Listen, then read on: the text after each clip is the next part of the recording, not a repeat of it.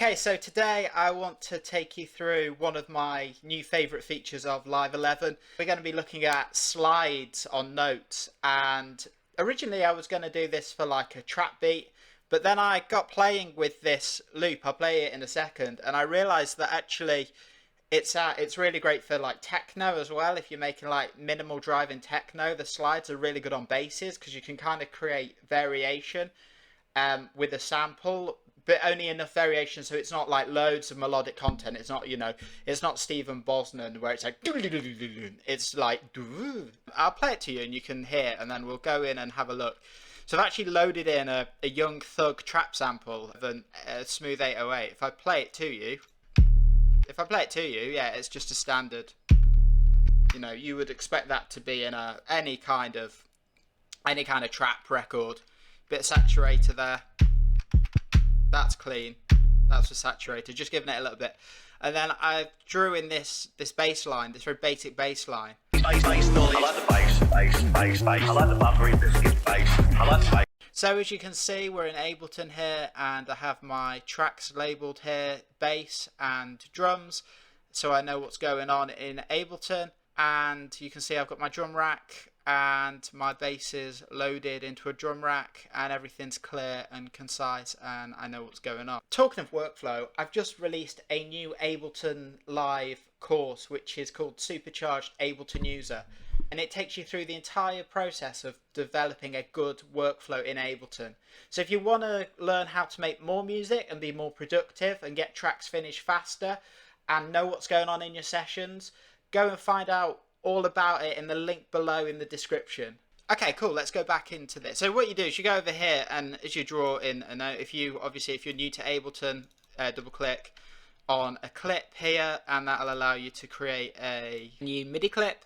And then all you have to do is dot in a note at a certain point. So here I am. Normally it would be in this mode here, which is like notes. So you double click and you can draw in whatever bass line you want, or whatever notes you want. So here, like so.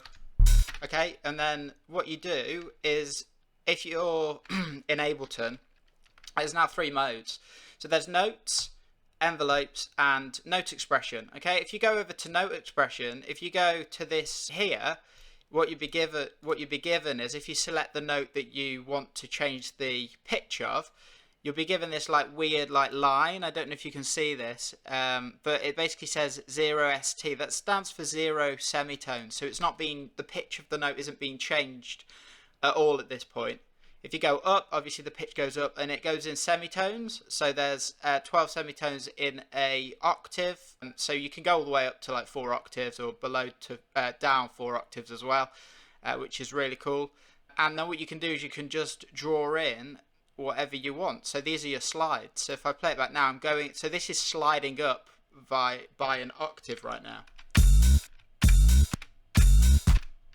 And then you can do the opposite as well. So we could go down an octave here, which is minus 12 semitones. I went a bit farther.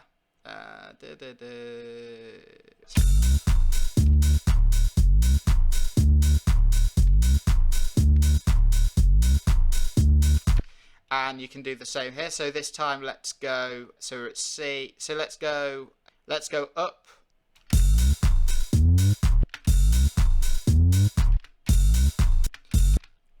It's really interesting and really got some really great ideas, and you can do stuff that this has been impossible beforehand. Really, there was ways of doing it. You could use MIDI, use the envelopes, but now the fact that this actually is available to us built in is really great. And for certain producers who are making beats or whatever, this is like the dream. You can stick your 808s in and you can make your slides and stuff with relative ease, which is really great.